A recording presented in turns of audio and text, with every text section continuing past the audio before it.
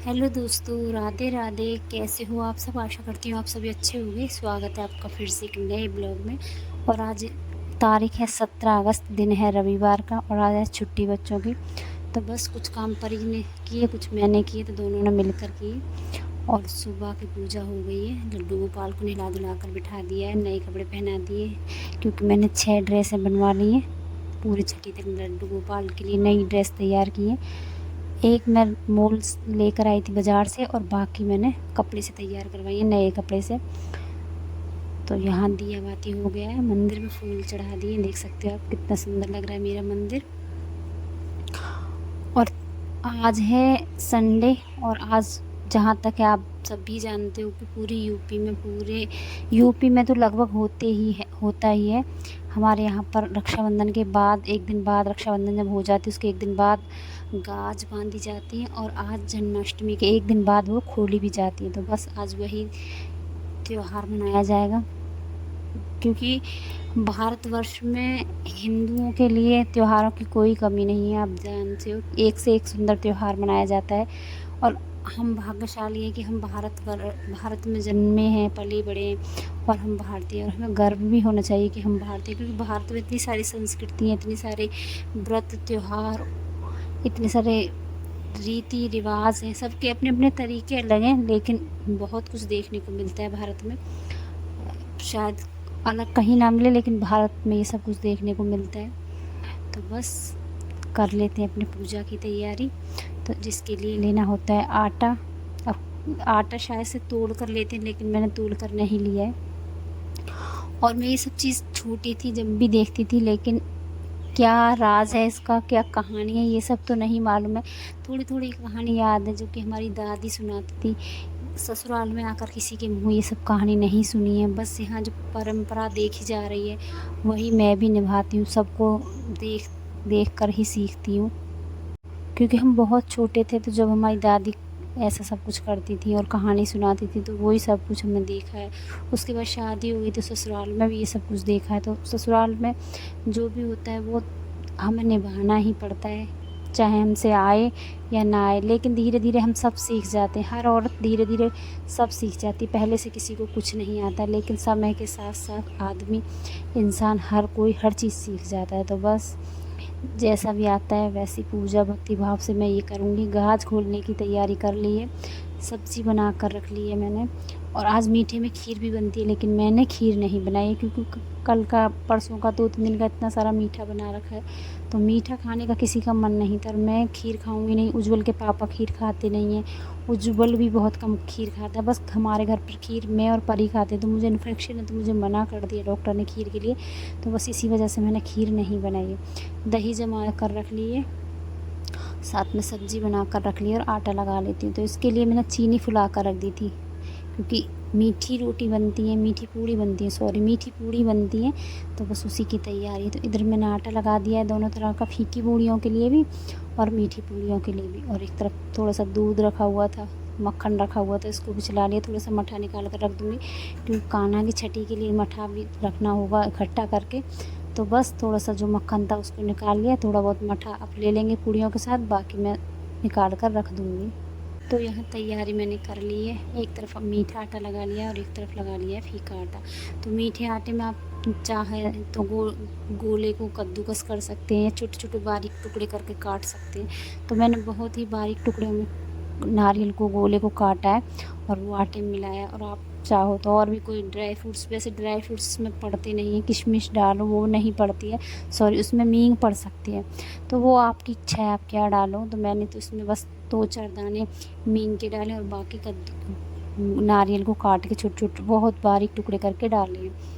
और यहाँ तो जितने मेंबर होते हैं उतनी ही गाज बनती है। शायद मर्दों की गाज नहीं बनती है, क्योंकि जेंट्स जो होते हैं, घर के जो मर्द होते हैं उनकी गाज नहीं बनती। क्योंकि कहानी में बताया कि रानी ने राजा से ये सब कुछ छुपाया था।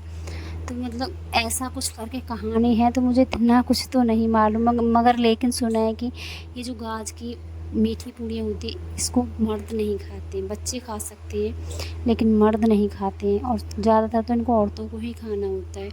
तो बस यहाँ तैयारी कर ली और छोटी छोटी गोबर की 2 कटोरी जैसी बनानी होती है। हमारे यहाँ पर तो मैंने यही देखा है कि 2 कटोरी बनाई जाती हैं, जिसमें कि मतलब एक बाउल हो गया, ऊपर से ढक्कन हो गया, और पूड़ी रखी जाती है। 5 पूड़ी मीठी कर लो या 2 फीकी कर लो, या पूरी 5 मीठी कर लो या 7 कर लो, ये आपकी इच्छा है। जितनी आपके पास गाज है उससे डबल पूड़ी करनी होती है, मतलब कि 2 फालतू करनी होती है। तो बस वही तैयारी कर ली है। और बार-बार मुझे हाथ धोने पड़ते हैं, क्योंकि गोबर का काम कभी करती नहीं तो थोड़ा-सा लगता है।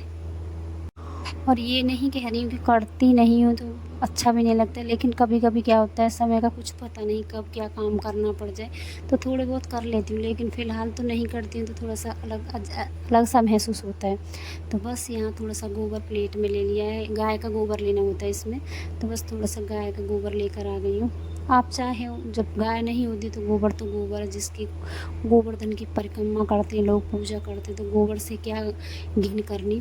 तो बस यहाँ गोबर ले लिया थोड़ा-सा प्लेट में, और जो भी मैंने गाज बनाई थी, और साथ में बाल होती है, घास में एक बाल होती है, वो बाल लेनी होती है। तो जितनी आप गाज बाँधते हो उसी हिसाब से बाल लेनी होती है, उसी हिसाब से ये पूड़ी बनानी होती है।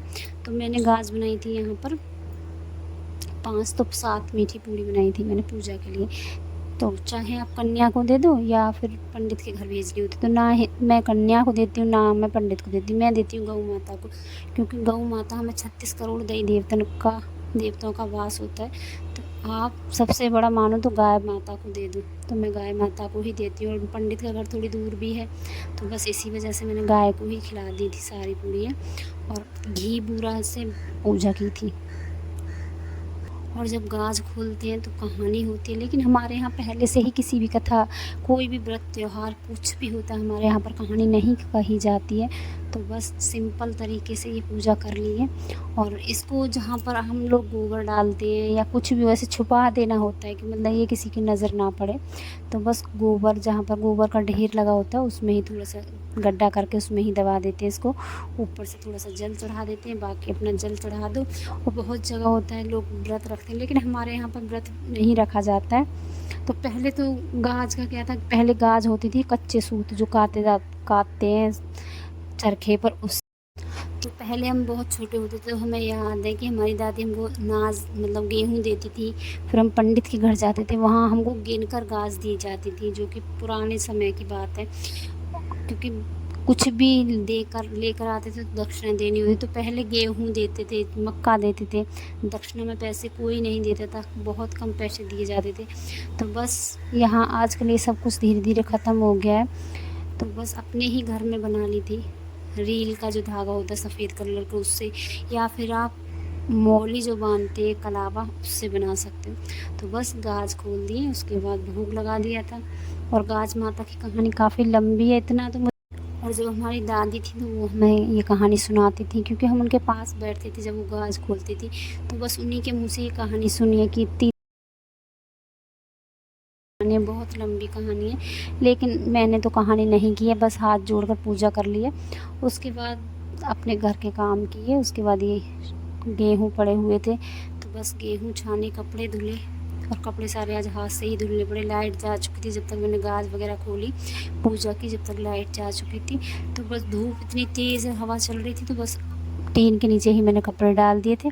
साथ में गेहूँ को अच्छे से छान कर सुखा दिया, क्योंकि हल्की सी सीलन हो गई थी, उस दिन बारिश की छींटें आ गई थी, तो गेहूँ बाहर रखे रह गए थे। तो बस थोड़े गेहूँ छान कर खाट पर ही फैला दिए, धूप लगा दिए, क्योंकि आटा जाएगा तैयार होने के लिए। और जितने भी कपड़े हैं, शाम का समय है तो ये कपड़े भी लेकर आ जाते हैं। और ये ब्लॉक अगले दिन का जोड़ दिया है मैंने इसमें। तो बस यहाँ मक्का की कटाई शुरू हो गई है, पूरी मक्का बो दी गई है, पक भी गई है, लेकिन घर मक्का खाने के लिए नहीं आई है। कभी बोलते हैं अभी कच्ची है, कभी बोलते हैं उसमें अभी दाना नहीं है, कभी बोलते हैं वो पक चुकी है। अब लास्ट में आ जाइए तो देख सकते हो आप। पहले रात में मैंने इसको पतीली में डालकर गैस पर उबाला, जब बात नहीं बनी तो फिर कुकर में सीटी लगाई है सुबह सुबह, तो अब जाकर कहीं ये गली है। और घर में मक्का लगाने के बाद भी मक्का खाने को नहीं मिले, लगा सकते हो, यानी कि भुट्टे खाने को नहीं मिले। एक भी दिन भुट्टा घर नहीं आया भुनने के लिए। पहले इनको बोला था कि भुट्टा लेकर जाऊंगी, तो बोलते हैं अभी पकी नहीं है, मतलब दाना नहीं पड़ा है, अभी कच्ची है। फिर बोला कि थोड़ी सी और बाद में पक जाएगी तब लेकर जाना, फिर पता चला ये पक ही गई। तो बस ऐसे ही चलते चलते अब लास्ट में ये कट भी गई है, तो घर में बस यही कूक भुट्टे हैं। तो बस इनको ही मैंने उबाल दिया, इनको खानी थी उबाल कर। तो पहले मैंने रात में पतीली में रखी, और ये सबसे अच्छी आँच पर सिकती है। आँच लगा रख दो बरोसी में, उसमें फिर आप पतीली भर कर रख दो, तब अच्छे से बन जाती हैं। लेकिन गैस पर इतनी नहीं बन पाई अच्छे से, फिर मैंने कुकर में ही 2 से 3 सीटियाँ लगाई हैं। और यहाँ शाम का समय हो चुका है, तो उज्ज्वल को खाना है चीला। तो बस थोड़ा सा बेसन रखा हुआ था, थोड़ा सा क्या बेसन तो था, लेकिन मुझे बनाने नहीं थे चीले, लेकिन उसकी फरमाइश थी कि उसको चीला ही खाना है। तो बस यहाँ सबसे पहले कान्हा जी को चीला बनाऊँगी घी का। उसके बाद आज इतनी बड़ी गलती हो गई, याद नहीं रहा, ध्यान भी नहीं है, दूर दूर तक दिमाग में नहीं रहा कि प्याज नहीं खानी मुझे क्या, किसी को भी घर में 6 दिन तक प्याज नहीं खानी है। तो बस याद नहीं रहा, पीस लिए। उसके बाद सबसे पहले तो मैंने कान्हा जी को भोग लगाया, उसके बाद जो प्याज रह गई थी उसको उज्ज्वल के लिए तैयार कर दिया चीला, क्योंकि जब पीस ली तो फिर तो डालनी ही थी। तो एक शिमला मिर्च ली थी, एक टमाटर और एक छोटी सी प्याज, उसको मैंने बेसन में घोला और चीला बना दिया उज्ज्वल की। तो बस यही रहा आज का ब्लॉग। कैसा लगा कमेंट में ज़रूर बताएं।